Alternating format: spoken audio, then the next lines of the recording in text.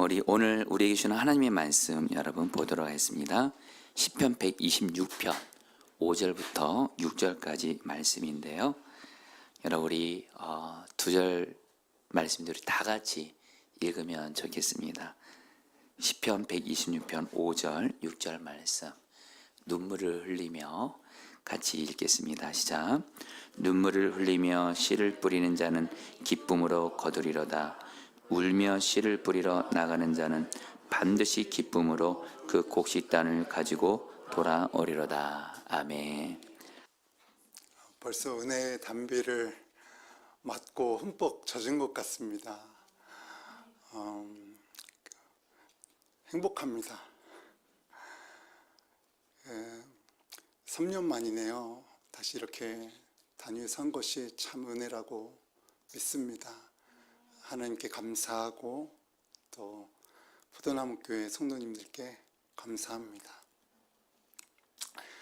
눈물로 씨를 뿌리면 기쁨으로 단을 거둔다.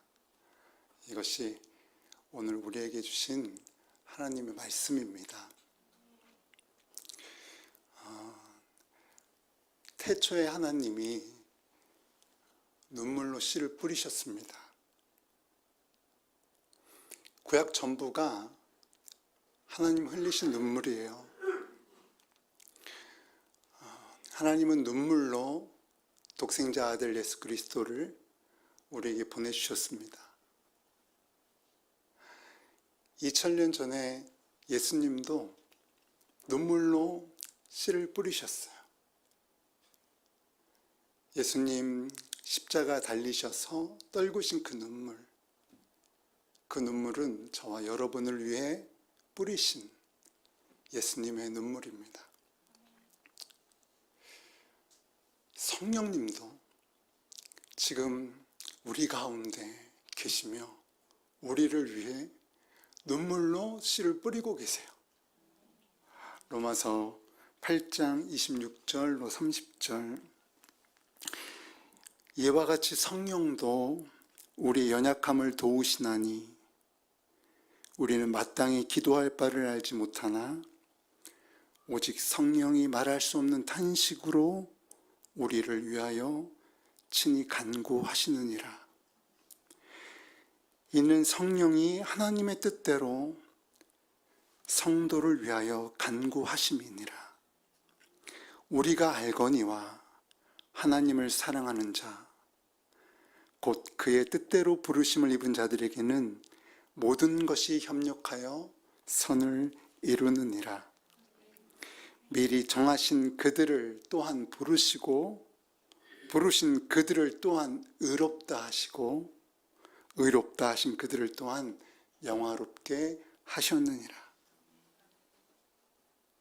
성령님은 지금도 우리 가운데 우리를 위해 눈물로 씨를 뿌리고 계십니다.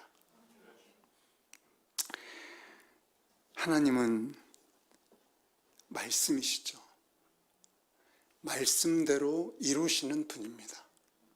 하나님의 말씀은 하나님의 능력 안에서 언제나 참이십니다. 이미 확정된 사실입니다. 성령님께서 우리의 연약함을 아시고 우리를 위해 눈물로 기도하시고 우리를 부르시고 의롭다 하시고 우리를 영화롭게 하셨다. 이것이 하나님의 약에서 이루신 일입니다. 여러분이 지금 어떤 환난과 고통 가운데 있을지라도 또 어떠한 한계 상황에 봉착해 있더라도 하나님은 여전히 여러분을 사랑하십니다. 여러분 가정을 사랑하십니다. 그래서 하나님께서 눈물로 씨를 뿌리셨고 지금 거두고 계신 거예요. 지금 여기 앉아 계신 여러분이 그 하나님 뿌리신 눈물 씨앗에 거두고 있는 열매들이십니다. 우리가 하나님의 사랑을 이해하고 그 사랑에 아멘하고 주님을 따를 때 그 씨앗이 자라고 열매가 될 줄을 믿습니다. 하나님께서 가난하고 연약하고 또 소망 없던 저의 가정을 어떻게 살리셨는지 나누기 원합니다. 제 어머니는 4대째 믿음의 집안에서 태어나셨습니다. 어머니 큰아버지가 기주복 목사님이시라는 분이었는데 6.25 전쟁 하루 전에 순교하신 분이세요. 어머니는 전쟁 때 이남하셔서 가난하게 사셨습니다. 어릴 때부터 믿음이 좋고 책임감이 남달랐던 어머니는 굉장히 뛰어난 분이셨대요. 그런데 그 막내 동생 학업을 위해 대학을 포기하고 일찍부터 사회생활을 했고 가족을 돌보셨습니다. 그러다 아버지를 만나 결혼하셨는데 아버지는 부모 없이 자란 더 어려운 분이셨어요. 외모를 보고 결혼했다는 이야기가 있는데 여하튼 결혼 후에도 가난이 끊어지지 않았고 고된 삶이 이어졌습니다. 아버지가 번듯한 직장 생활을 못하시고 제대로 된 수입이 없었기 때문에 어머니가 별의별 일을 다 하셔야 했어요. 우유 배달, 신문 배달은 기본이고 책 방문 판매, 화장품 방문 판매, 또 마사지통을 들고 다니면서 동네 아주머니들의 얼굴을 마사지해 주시면서 벌이를 하셨습니다. 또 그 낡은 건물에 청소를 맡으셔서 새벽부터 대걸레질을 하며 청소를 하셔야 했어요. 그런 어머니의 간절한 소원은 자식 잘 돼서 가난 끊기고 인생 역전이 일어나는 것이었죠. 어머니는 저를 뱃속부터 교회에 데리고 나가셨습니다. 저를 낳으신 후에는 그 포대기에 싸서 엎고 매일 새벽 기도에 나가셨어요. 그 어릴 때 어머니 손에 이끌려서 교회 다니던 그 가난한 달동네 약수동 교회가 생각이 납니다. 어머니는 할 수 있는 최선을 다해서 저를 섬겨주셨어요. 가난한 형편에도 제가 6살 때부터 피아노를 배울 수 있었고 초등학교 때 웅변학원, 주산학원, 미술학원, 심지어 경로당에서 하는 서예, 단소, 하모니카 이걸 다 배울 수 있었습니다. 저는 결혼 전까지 어머니가 집에 누워 계신 걸 본 기억이 없어요. 잇몸과 허리가 그렇게 아프셨는데 아프다고 눕질 않으셨어요. 누우실 수가 없었던 거죠. 저희 가정은 그 어머니의 땀과 눈물로 버틸 수가 있었습니다. 어머니는 기도를 많이 하셨습니다. 초등학교, 중학교 때 하교하고 집에 갔는데 집 열쇠가 없으면 어머니를 찾아서 그 동네에 있는 교회로 갔어요. 그러면 여지없이 어머니께서 그 예배당에 혼자 앉으셔서 방언 기도를 하셨어요. 그때 그 이후에 들어보지도 못한 그 아름다운 방언이 지금도 기억이 납니다. 교회도 최선을 다해 섬기셨어요. 여선교회 회장으로 작은 교회를 아주 어려운 형편을 책임지시면서 정말 극진하게 목회자들과 또 교우들을 섬기셨습니다. 그런데 가정은 어머니 뜻대로 그렇게 순탄하지가 않았습니다. 아버지는 어렵게 잡은 직장에서 술 상무 역할을 하시면서 허구한 날 밤새 술 드시다가 아침이 돼서야 집에 들어오셨습니다. 잦은 외박과 전혀 가정을 돌보지 않는 아버지로 인해 어머니는 참 힘드셨어요. 아들인 저는 어릴 때부터 거짓말, 도둑질, 못된 짓 골라 하면서 어머니를 실망시켰고 중학교 때부터는 성적이 떨어지고 가정 문제를 일으켜서 어머니에게 고통을 드렸습니다. 어머니는 방황하는 저를 붙잡고 날마다 우시면서 호소하셨지만 저는 어머니의 눈물을 외면한 채 깊은 죄의 수렁에 빠져 살았습니다. 저 때문에 어머니가 몇 번 쓰러지셨어요. 제가 고2 때 어머니는 저 때문에 죽음을 통과하고 하나님을 만나셨다고 합니다. 어머니는 하루도 눈물 없이 산 날이 없으셨어요. 아버지는 부모님을 일찍 여의고 홀로 상경에서 늦은 나이에 어머니를 만나 결혼하셨습니다. 가진 것 아무것도 없었는데 잘생기셨습니다. 아버지는 어머니를 따라 교회에 나오시게 됐어요. 아버지는 40이 넘어서까지 거듭난 그리스도인이 되지 못하신 걸로 생각됩니다. 작은 교회에서 잠시 남성교회 회장직을 맡으셨는데 술 드시고 수요 예배에 대표 기도를 빼먹으셨던 기억이 나요.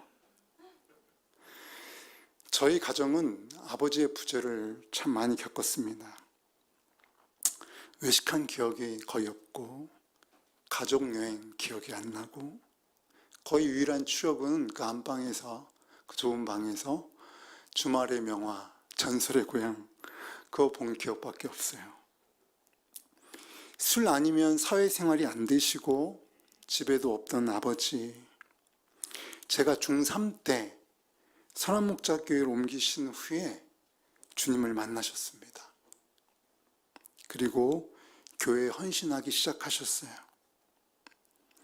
선한목자교회가 성전 건축을 위해 새로운 부지를 찾을 때 아버지가 어머니께 3년만 완전히 교회에 충성하시겠다고 그렇게 말씀하시고 교회 일에 올인하셨는데 그 3년이 10년이 되고 20년이 되고 30년이 돼서 팔순을 넘기셨습니다.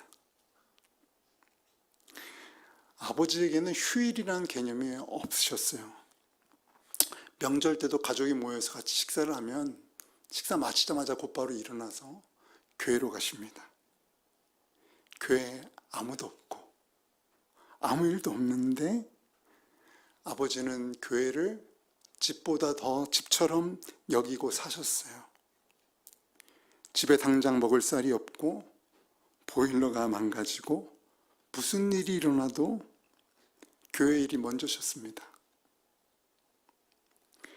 목사님이 쓰러져서 간병할 사람이 필요하다는 소리에 꽤 오랫동안 밤낮 목사님 병상을 지키셨어요.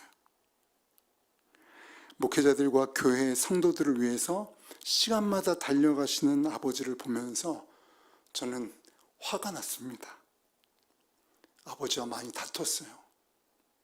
그리고 저는 교회를 떠났습니다. 아버지는 어릴 때 사랑을 경험하지 못했고 어른이 돼서 가정을 꾸렸어도 가족을 어떻게 사랑해야 하는지 모르셨습니다. 아버지가 7년 전에 소천한 제 여동생과 나눈 대화가 생각이 납니다. 60이 넘으셨을 때인데 아버지의 말투에 속상한 딸이 울면서 어떻게 그렇게 말씀하시냐고 했어요. 그랬더니 아버지가 화장실에서 양말을 이렇게 빠시면서 동생을 쳐다보지도 못하시고 미안하다. 내가 사랑받은 경험이 없어서 어떻게 표현해야 될지를 모르겠어. 미안하다 하셨어요. 저는 아버지가 저희를 사랑하지 않으시는 줄 알았습니다. 가족을 내팽개치고 교회에만 충성한 아버지가 진짜 싫었어요. 그런데 아니었습니다.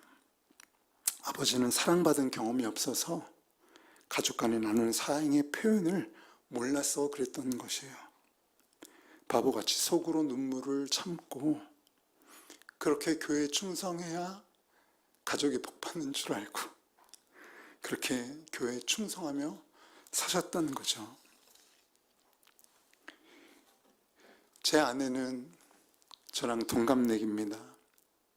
23살 어린 나이에 저를 만나 27살에 결혼했습니다. 저랑 결혼해서 고생을 억수로 했습니다.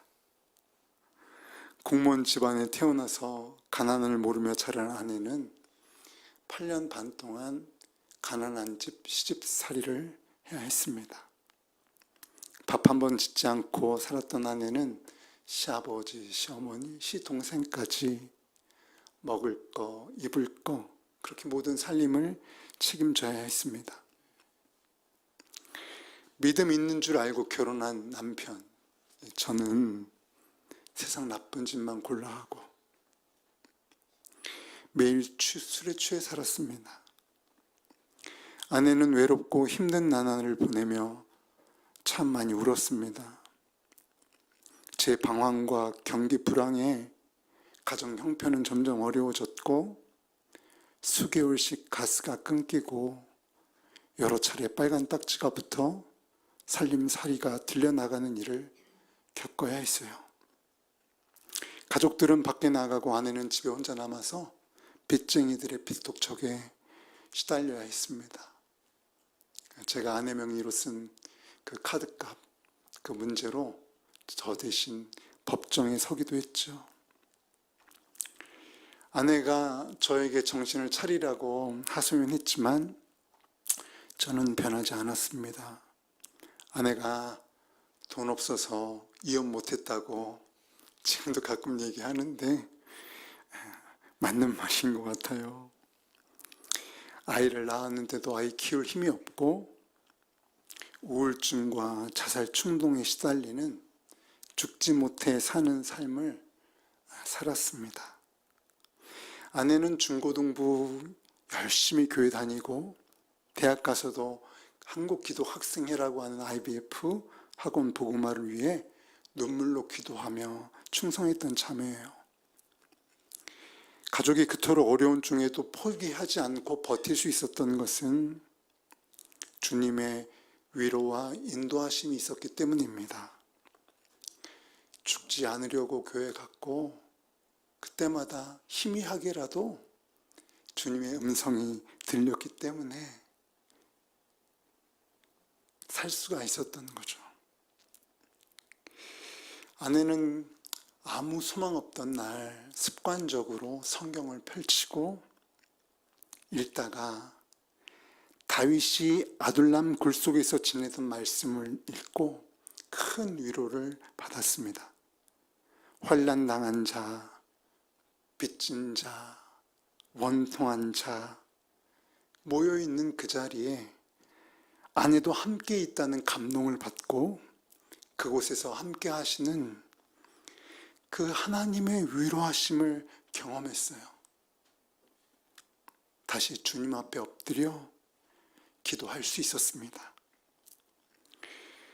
제가 술에 취해 집에 어떻게 들어왔는지도 모르고 자다가 낮에 깨면 밖에서 아내가 남편을 위해 중보하는 기도 모임을 열어서 여자 집사님들과 함께 기도를 할 때 그때는 얼마나 짜증이 났는지 몰라요. 돌이켜 보니까 그것이 얼마나 감사한 일인지 모르겠습니다. 살던 집이 경배로 넘어가고 저희는 허름한 상가 건물 꼭대기 옥탑방으로 이사했습니다. 여름엔 한증막이었고 겨울엔 화장실 변기가 얼고 바닥에 부를 때도 입에서 입김이 나는 그곳에서 아내는 계속해서 말씀을 붙들고 저와 가정의 회복을 위해서 기도했습니다. 저는 정말 구제불능 같은 쓰레기 같은 사람이었습니다. 거짓, 탐욕, 음란, 폭력, 죄인 중에 괴수 맞았습니다. 청년 때 잠시 하나님 은혜 경험하고 교회로 돌아와서 반듯한 신앙생활을 하는 것 같이 보일 때도 있었어요. 하지만 가짜였습니다. 양의 탈을 쓴 늑대와 같았죠. 하나님과 제대로 관계 맺지를 못한, 거듭나지 못한 무늬만 성도였습니다. 누가 물으면 기독교라고 했고 하나님 안다고 했고 나 예수 믿었으니 천국 간다고 했지만 새로 태어나는 거듭남이 없었어요. 좋은 대학, 좋은 직장 다니는 것처럼 사람들을 속였고 다니던 직장에서 횡령을 일삼아서 그 돈으로 교우들의 환심을 샀습니다.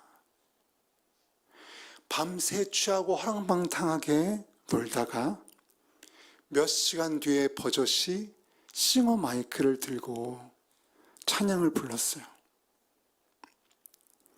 한 주간 쌓았던 그 온갖 죄악들을 또 용서해 주신다는 생각에 감격해서 눈물을 흘리면 교우들은 저 사람은 어떻게 저렇게 은혜가 많냐고 칭찬이 자자했습니다. 교회 밖을 나와서는 다시 후련한 마음으로 담배를 물고 죄 속으로 들어갔죠. 교회 장로님에게 사업상 급전이 필요하다고 사기를 치고 돈 1,000만 원을 뜯고 다시 교회를 떠났습니다. 가정에서도 몹쓸 짓을 많이 했어요. 내 마음대로, 내 멋대로 하면서 그게 사랑이라고 우겼고 결국 아내와 아이들에게 상처를 많이 입혔습니다. 첫째 아들 주영이가 어릴 때 방치되고 말썽을 많이 부렸는데 제 마음에 들지 않는다고 많이 때렸어요. 자로 때리다가 성에 안 차면 주먹으로 때리고 그래도 화가 안 풀리면 옷을 찢고 넘어뜨려서 밟기도 했습니다. 어느 날은 주영이가 말대꾸를 하는데 너무 화가 났어요. 그래서 그 2층 침대 방 한 구석에 몰아놓고 야구방망이를 휘둘러서 그 2층 침대를 다 부셨는데 그때 그 공포에 질렸던 아들의 얼굴과 눈망울이 지금도 생생히 기억이 납니다. 저는 그때 아들을 죽인 것과 다름이 없었어요. 그러던 저는 2008년 나이 36, 2008년 12월 1일 아침에 회심했습니다. 결혼한 지 10년 만이고 그 옥탑방으로 이사한 지 2년쯤 지났을 일입니다. 그 며칠 전 2008년 11월 셋째 주일에 아내가 마지막 부탁이니 교회에 다시 가자고 했어요. 그때는 가야 할 것 같더라고요. 그래서 아내를 따라 교회에 갔습니다. 아무 기대 없이 본당 맨 뒤에 그냥 앉아서 앞을 쳐다보고 있었는데 그 주일 예배 광고 시간에 스크린 자막으로 다니엘서 8장 18절 말씀이 올라오는 거예요. 내가 너를 어루만져서 일으켜 세우리니. 그것이 너덜너덜해지고 정말 다 끝난 것 같은 저를 주님께서 어루만져서 다시 세우겠다 하는 주님의 음성으로 들렸습니다. 목이 마르기 시작했어요. 더 이상 이렇게 살 수 없다는 간절한 목마름이 제 안에 일어났습니다. 그 며칠 뒤 12월 1일 아침에 버스비가 없어서 그 연말연시 특별기도에 가진 못했지만 그 옥탑방 좁은 방바닥에 앉아서 아내와 함께 찬양을 부르고 기도하는데 회개가 터져 나왔습니다. 지난날의 모든 잘못을 회개하고 하나님의 사랑 앞에 무릎을 꿇었습니다. 이젠 더 이상 제 마음대로 살지 않겠다고, 주님 말씀에 순종하겠다고 그렇게 고백했습니다. 저는 이미 죽은 목숨과 다름이 없습니다. 제 남은 인생을 주님께 바칩니다. 제 삶이 더 이상 제 것이 아님을 인정했습니다. 그 후에 말씀을 읽고 싶어서, 기도하고 싶어서, 예배하고 싶어서 견딜 수가 없었어요. 매일 할 수만 있으면 어떻게든 교회에 왔습니다. 완전히 예수님께 미쳤어요. 처음에는 방황하고 돌아온 저를 반기시던 교우분들이 매일 교회에 와서 한 달이 지나고 6개월이 지나니까 걱정들을 하셨습니다. 하지만 어쩔 수가 없었던 것은 주님 외에는 살 길이 없고 주님을 예배하는 것 밖에는, 주님께 기도하는 것 밖에는 길이 없었기 때문이에요. 거짓이 떠나고 은밀한 죄가 떠나고 두려움과 염려가 떠났습니다. 이제 제가 사는 것이 아니라 주님께서 사시는 것입니다 라고 고백하니 죄 짓기가 힘들었습니다. 제가 변화되자 가정이 변하기 시작했습니다. 집안 공기가 달라졌어요. 정말 결혼 10년 만에 하나님이 원하시던 진짜 부부가 됐습니다. 형편은 여전히 어려웠지만 행복했어요. 말씀과 기도 속에서 날마다 하나님의 임재와 역사하심을 체험했어요. 오늘 같은 금요일 성령 집회 마치고 집에 가려면 버스 타고 1시간 반 이상을 가야 했습니다. 그새 잠든 아이들 셋 깨워서 들쳐업고 한참을 걸어서 그 5층 옥탑방까지 올라가려면 정말 힘들 법도 한데 너무 기쁜 거예요. 한여름에 에어컨도 없는 그 찜통 같은 옥탑에서 밤새 성경을 읽고 필사하던 그 맛은 정말 꿀맛이었습니다. 한겨울에 보일러가 고장이 나도 그 집세가 밀려서 주인에게 고쳐달라는 소리를 못했어요. 그 문 밖에서 밤새도록 수동으로 보일러를 돌려야 했지만 눈물로 감사 찬송을 불렀습니다. 새로 이사한 집은 지하방이었어요. 근데 그 방은 비가 오면 그렇게 정전이 됐어요. 많이 오면 역류가 나서 방에 물이 차는 거예요. 1년에도 몇 번씩 그 일을 치러했습니다. 그런데 저희 부부는 함께 찬양했습니다. 곰팡이가 많고 벽지는 다 바랬고 벌레도 그렇게 많고 화장실에 쥐가 나타나기를 여러 차례 반복했지만 저희는 주 안에서 참 기쁘고 평안했습니다. 첫째 아들 주영이, 그 말썽 많던 주영이 상처가 치유되기까지 시간이 많이 필요했습니다.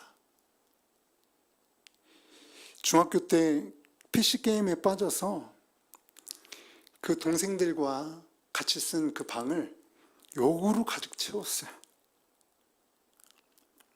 하지만 저희 부부는 주님이 그 아들을 사랑하신다는 사실을 믿었습니다. 하나님의 사랑은 결코 실패가 없다. 그렇게 믿었습니다. 아들을 감싸고 있는 그 전능하신 하나님 팔과 손이 늘 보이는 것 같았어요. 그러니 주님의 그 사랑의 눈으로 아들을 볼 수 있었고, 그 주님의 사랑의 입술로 아들에게 이야기할 수 있었습니다. 아들아, 아빠는 전혀 염려가 없다. 걱정하지 마. 하나님께서 너를 아시고 너를 도우시고 하나님이 기뻐하시는 자녀로 세워주실 거야. 그러면 아들이 몇 번을 저에게 되물었어요. 아빠, 정말 그게 믿어지세요? 당연하지. 아빠는 너를 사랑하시는 하나님을 믿는 거야. 그렇게 대답해 주었습니다. 주영이는 고등학교 2학년 때 그때 북한 핵 미사일, 핵 위험이 최고조로 달랐을 때인데 그때 갑자기 죽음의 공포를 느꼈어요. 지금 당장 죽으면 천국 갈 자신이 없다고 갑자기 저희 부부를 깨워서 어떻게 하면 천국에 갈 수 있는지 가르쳐 달라는 거예요. 그때 저희 부부는 그 아들에게 복음을 들려주고 그 아들이 주님께 나아갈 수 있도록 함께 예배하고 기도했습니다.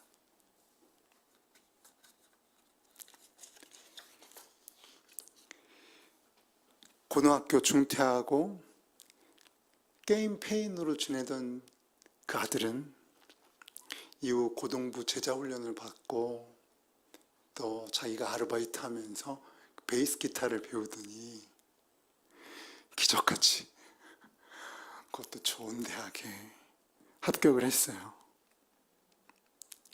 지금도 주일 예배 또 중고등부 수련회 각종 교회 행사를 열심히 섬기고 있습니다. 또 어려운 아이들 무료로 가르치기도 해요. 제가 죽었다가 살아난 것처럼 주님께서 제 아들도 수롱에서 건져주셨습니다. 주영이는 그 방황하는 아들을 키우고 있는 그 학부모들, 성도님들의 밝은 빛이 되고 있습니다. 둘째 딸 주희는 첫째 오빠와 막내 사이에 어려움이 많았습니다. 공부를 하고 싶어 했는데 공부할 방은 말할 것도 없고 공부할 책상도 없고 책 펼 자리도 마땅치 않았어요. 잘 곳도 여의치 않아서 그 문 앞에 신발 놓잖아요. 그러면 그 신발 옆에 머리를 두고 누워서 자야 했습니다. 오빠가 게임에 미쳤던 시절에는 욕설이 난무해서 정신이 없었고 나중에는 오빠의 베이스 기타 소리에 정신이 없었습니다. 그리고 막내가 나이 차이가 좀 많이 나서 막 뛰어다니는 거예요. 그 좁은 방을. 그러니 학원 갈 형편도 못 되고 그러니까 주희가 할 수 있는 건 저녁까지 초등학교 때부터 학교 도서관에 남아서 책을 읽는 것뿐이었어요. 딸이 중학교 2학년 때 떨어진 성적표를 들고 울었습니다. 집이 전혀 공부할 환경이 못 되고 다른 아이들처럼 학원도 못 다니니까 독서실이라도 가고 싶은 것 같은데 차마 말을 못 꺼내고 우는 거예요. 저도 울었습니다. 미안해 주희야. 아빠가 너를 위해 해줄 수 있는 게 기도밖에 없구나. 하지만 좋으신 우리 아버지 하나님이 우리 형편 아시고 우리 소원 아시니까 우리 기도 들으시니까 반드시 너를 도와주실 거야. 그렇게 주희 손 잡고 펑펑 울던 날, 그날이 생생합니다. 그 뒤에 얼마 되지 않아서 교회 집사님이 대치동 수학학원에서 수학학원 원장을 하고 계셨는데 우리 주희를 장학생으로 삼아주셔서 수학을 가르쳐주기 시작하셨어요. 그리고 또 얼마 안 돼서 또 교회 한 권사님께서 딸 영어를 가르쳐 주기 시작했습니다. 주희가 고등학교 1학년 때 추석날이었는데 제 아버지가 주희한테 물은 거예요. 너 꿈이 뭐니? 그랬더니 주희가 저는 중동이나 아프리카 난민을 돕고 싶어요. 국제 구호기구 같은 데를 들어가서 어려운 사람을 돕고 싶어요. 그렇게 얘기했어요. 제가 교회에서 봉사위원회 사역을 하면서 주목자들을 섬기고 또 어려운 분들을 섬기는 걸 제 딸이 알고 아빠를 롤모델 삼아서 아빠처럼 그렇게 어려운 사람들을 돕고 싶다고, 또 어려운 형편에도 엄마가 많은 분들 초대해서 먹이는 걸 보고 그렇게 돕는 사람이 되고 싶다고 그렇게 꿈을 꿨거든요. 그런데 우리 아버지, 친구 한 분이 장로님이셨는데 얼마 지나지 않아서 저희 아버지께 그런 말씀을 꺼내시더래요. 본인이 섬기시는 국제학교 재단에서 한국 학생 중에 어려운 형편에 공부하고 싶지만 공부할 기회를 못 찾는 아이, 그리고 고등학교 1학년이어야 하고 또 국제사회에서 공헌할 수 있는 그런 꿈을 가진 아이가 혹시 주변에 있으면 추천해달라고 해서, 그 며칠 전에 아버지가 들은 이야기가 있어서 이야기를 해줬고, 그분의 추천으로 여러 가지 과정을 거쳐야 했지만 결국 탄자니아에 있는 국제고등학교에 입학할 수가 있었습니다. 아프리카 탄자니아에 있는 그 고등학교를 마치고 딸은 미국으로 유학을 가서 그 미시건에 있는 켈빈 대학 입학해서 올 가을에 4학년이 됩니다.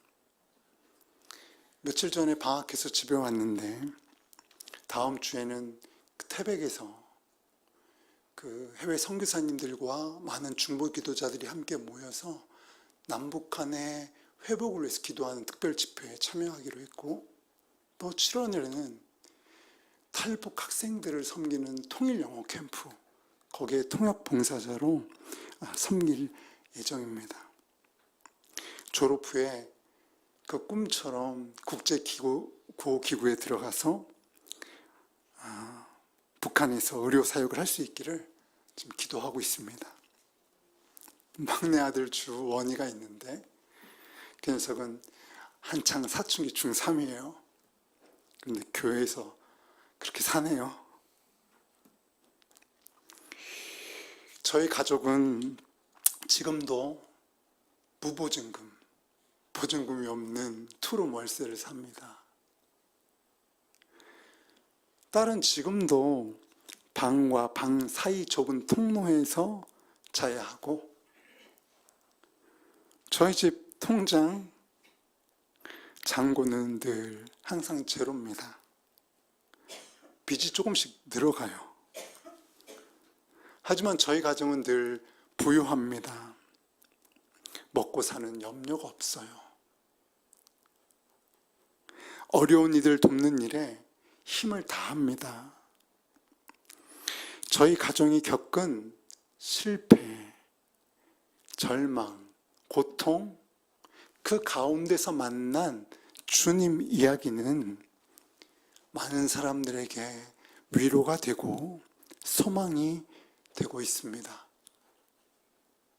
남편 문제, 자녀 문제, 재정 문제, 관계의 문제, 끊어지지 않는 죄의 문제, 중독의 문제, 각종 질병의 문제, 아파하고 신음하는 가정이 너무 많아요. 그들을 찾아가서 위로하고 그들을 초대해서 함께 먹고 기도할 수 있는 것이 너무나 감사합니다. 저는 15년 전부터 교회 간사로 일하고 있는데 지금은 교회 사무국장으로 섬기고 있어요. 전도국 간사, 봉사위원회 간사로 많은 눈물의 씨를 뿌렸습니다. 지금도 계속해서 씨를 뿌리고 있지요. 아내는 오랫동안 교회 가정사역을 섬기다가 최근에는 교회 다음세대 문화사역국 국장을 맡아서 다음 세대 문화 선교를 위해 헌신하고 있습니다. 매일 아침 기도가 끊어지지 않고 날마다 때마다 온라인, 오프라인 눈물의 씨를 뿌리고 있습니다. 저희 부부는 세월을 아껴서 하나님의 사랑과 은혜를 나누고 싶어요. 최근 선화목자교회가 그 교회사 40주년 역사 편찬을 하고 있습니다. 오래되고 빛바랜 그런 오래된 자료 중에 아버지의 흔적이 참 많더라고요. 아버지를 대신해서 어머니가 쓴 문서도 많이 봤습니다. 하지만 저희 가족은 압니다. 그게 전부가 아니라는 것을요. 아버지께서 얼마나 많이 눈물로 씨를 뿌리셨는지, 그 옆에서 어머니가 얼마나 많은 눈물의 씨앗을 뿌리셨는지 압니다. 그것이 얼마나 아름다운 것인지 우리가 알아요. 가족이 아는 것도 일부겠죠. 하나님은 다 아시죠. 사랑하는 포도나무교회 성도 여러분, 나는 죽고 예수로 사는 삶, 나를 통해 주님께서 사시는 삶, 예수님과 동행하는 삶, 말씀대로 순종하는 사람, 그 모든 것이 다 기쁨으로 눈물로 씨를 뿌리는 거예요. 그 씨가 자라고 아름답게 열매 맺는 것, 그것은 주님이 하십니다. 그것을 우리가 보는 건 너무나 기쁜 일이에요. 그러나 여러분 중에는 혹시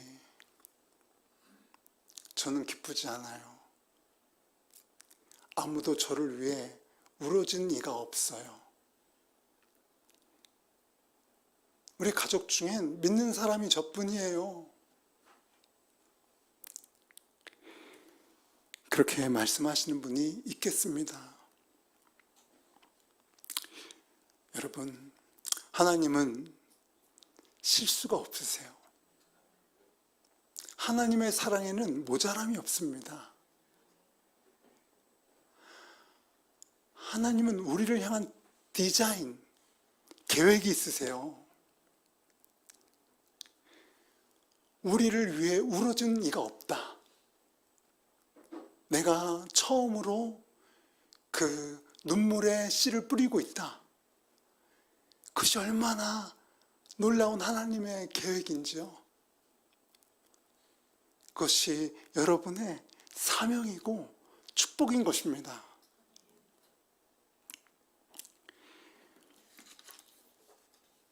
또 혹시 우리가 이 땅에 살면서 우리가 바라던 그 열매를 보지 못할 수도 있겠습니다.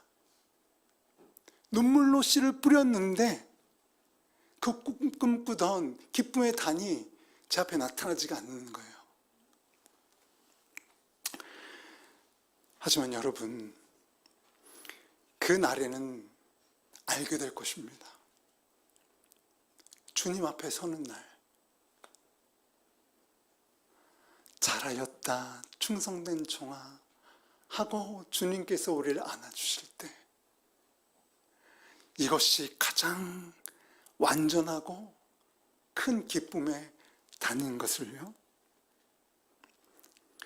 우리 가운데 눈물의 씨를 뿌리시고 그렇게 기쁨의 단을 거두실 주님을 찬양합니다. 지난 어버이날에 어머님께서 들려주신 이야기가 있는데 참 귀했어요. 어머니가 이렇게 말씀하시더라고요. 어느 날 예전에 내가 너무 힘들고 지쳐서 길을 걷다가 길바닥에 주저앉아 울고 있는데 그때 아주 따뜻한 주님의 음성이 들렸지. 은선아, 많이 힘들지? 눈물을 닦고 네 앞에 있는 작은 들풀과 나무들을 보렴. 다 너의 것이란다. 내가 너를 위해 만들었으니 전부 다 너의 소유야. 그때부터 어머니는 그 세상 누구보다도 부유한 자로 사셨습니다. 눈물로 씨를 뿌리면 기쁨으로 단을 거둡니다.